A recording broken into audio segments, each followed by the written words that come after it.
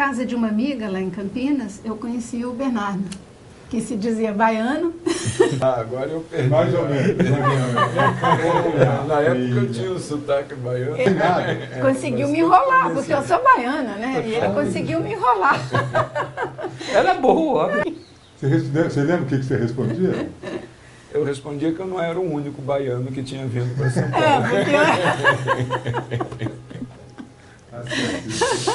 Mas diga uma coisa, quando você...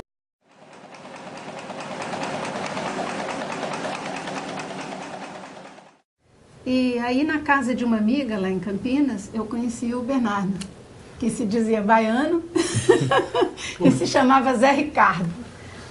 Tinha sotaque? Ele fingia e me enrolou. Pior é que eu sou baiana e ele conseguiu me enrolar. Como é que é? Agora eu perdi. Mais ou menos. Na época eu tinha o sotaque baiano. Ele Treinado, tinha. né? Treinado.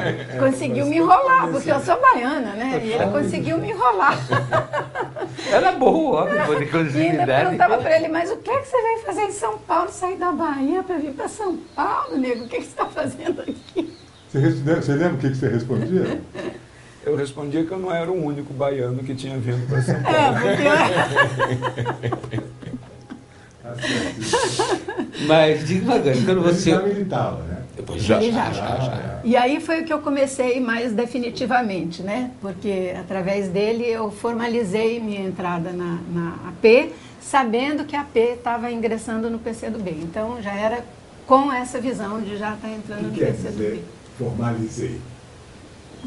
Teve uma pequena cerimônia, assim, né? Tomamos uma cachaça, não foi?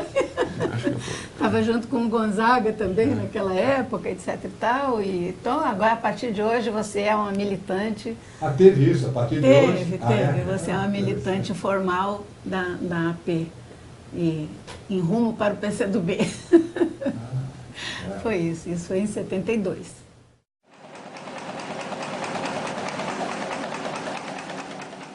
Agora, me ocorreu aqui um episódio que eu já vi que vocês estão fazendo uma entrevista sobre imprensa, mas vamos dizer assim, com um olhar humano, né? Um olhar existencial. Exato.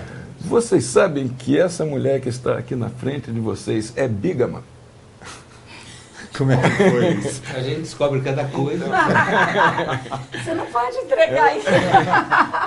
Não, foi o seguinte, quando nós resolvemos nos casar, nós dávamos aula nesse cursinho de madureza, que era num bairro de periferia ali e tudo, e éramos amigos do padre, então, embora não fôssemos católicos, nós combinamos com o padre o seguinte, nós íamos casamos numa festa de São João, em junho, né?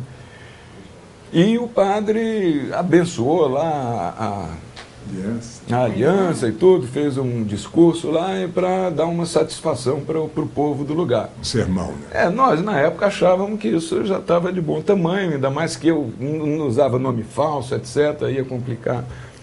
Mas aí minha sogra, né, que nos visitava contra a vontade do marido e tal, mas começou a expor, minha filha, não está certo esse negócio, vocês têm que casar no papel, pelo menos no civil, direitinho e tal. E daí chegou uma hora que nós achamos que devíamos ceder, então casamos a segunda vez no cartório lá, José Ricardo Magalhães, com Olívia Rangel. Mas você casou com o seu codinome? Casei com o meu codinome. Você tinha carteira? Eu tinha, isso aí depois eu posso explicar, era uma clandestinidade bem arrumadinha, vamos dizer assim. Eu podia trabalhar, tinha carteira de trabalho, podia casar, podia registrar a filha, etc e tal. Passou-se o tempo, fomos para a Albânia, veio a anistia, voltamos para o Brasil e contei para minha sogra que eu não era o José Ricardo Magalhães e sim o Bernardo, né? Aí ela falou, que legal e tudo, mas então vocês vão ter que casar, casar direitinho, né? E aí... Aí nós casamos de novo. Casamos de novo. Passou-se o tempo... Eu acho que eu tenho. Depois vamos procurar. Tá bom. Passou-se o tempo, ela perdeu a carteira de identidade. E aí foi tirar uma cópia, foi tirar uma segunda via e, quando perguntou, casada, sim, com quem? Com o Bernardo Joffre. Mas aí, dias depois, em vez de entregarem a carteira, vieram com a história. Não, meu, que negócio. Que consta que você é casada com José Ricardo Magalhães. Como é que agora você é casada com o Bernardo? E entraram com um processo de bigamia? Ficou lá. Como é que foi? Esse processo moveu, eu Mas fui era tirar a bigama, identidade em outro casou com o Zé estado. Ricardo e casou com o Bernardo. E agora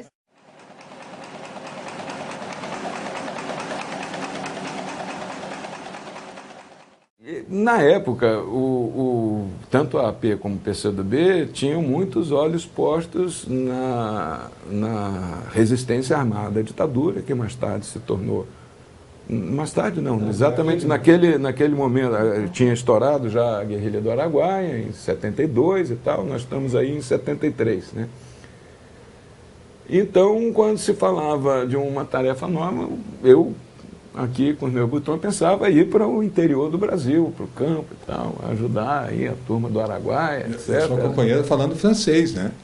Pois é, eu estou perguntando que diabo que o Zé Antônio quer saber se minha mulher fala línguas estrangeiras. Mas eu disse, olha, não, ela fala, ela morou um ano na França, fala francês com o pé nas costas e tal, escreve. Ele, alguns pontos de rua depois, revelou para mim que a gente não ia para o interior não, que a proposta era a gente ir trabalhar na Rádio Tirana, na Albânia. Mas que era para eu calar o bico, não contar nada e tudo. Aí é para mostrar que tarefa é tarefa, mas às vezes a gente dá um jeitinho brasileiro. Eu terminei sob pressão dessa moça aqui, que é muito insistente, né?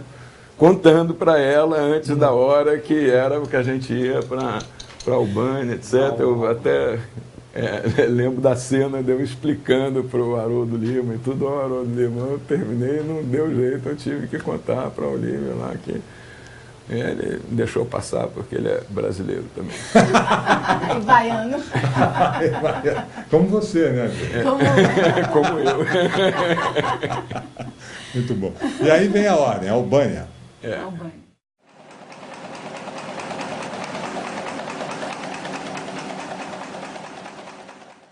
Como é que era a rotina na rádio? Como é que vocês faziam? Minha vez? Era assim, o programa era um programa de 1 hora, que era transmitido às 20 e às 22 horas, horário de Brasília, né? Esse programa de 1 hora era mais ou menos dividido assim, tinha uma parte menor, mas que era a parte inicial, que éramos nós que fazíamos, sobre o Brasil. E tinha a outra parte que era internacional e sobre a Albânia. Sobre o Brasil, o que era? Então, sobre o Brasil, normalmente era um que nós chamávamos um comentário e umas 3, 4 notícias, não é isso? Vocês narravam também? Sim. Sim, nós... A gente fazia locução. A gente redigia, escrevia e lia. Lutava, E era sempre um homem e uma mulher, porque tinham 2 casais que trabalhavam.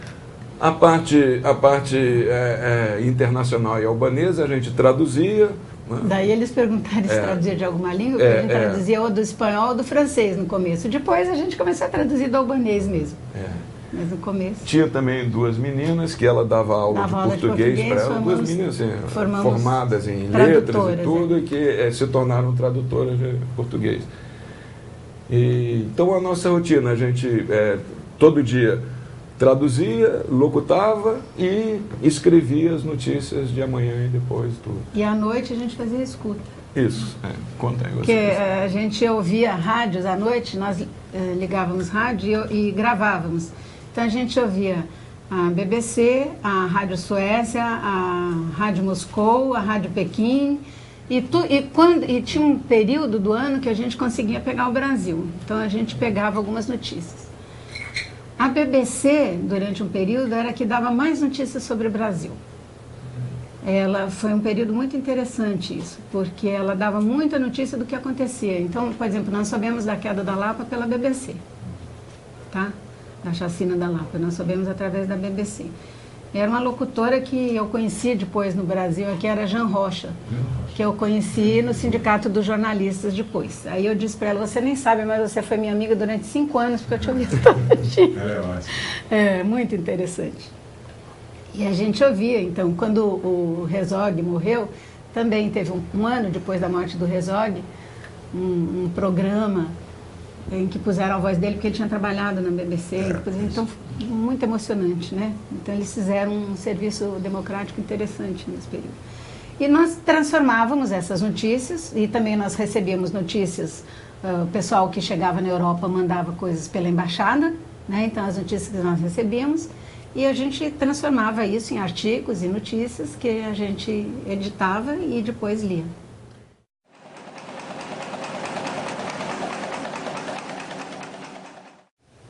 Bernardo, valeu a pena? Sem dúvida nenhuma. Com todos os... sem fechar os olhos porque a gente fez de errado, mas se você vê no atacado, a nossa geração, o nosso povo tomou partido nessa hora difícil da história do Brasil e ficou do lado certo, né? Essa história de que resistir é preciso mesmo, era preciso, e nós fizemos uma grande coisa, independente de que todo ser humano que faz alguma coisa faz com acertos e com erros, né? Valeu a pena. Eu acho que tem que contextualizar. Claro que houve erros, nós vemos hoje de outra forma muitas das coisas que fizemos, né? A gente amadurece, felizmente, aprende, mas em idênticas circunstâncias eu faria tudo igual.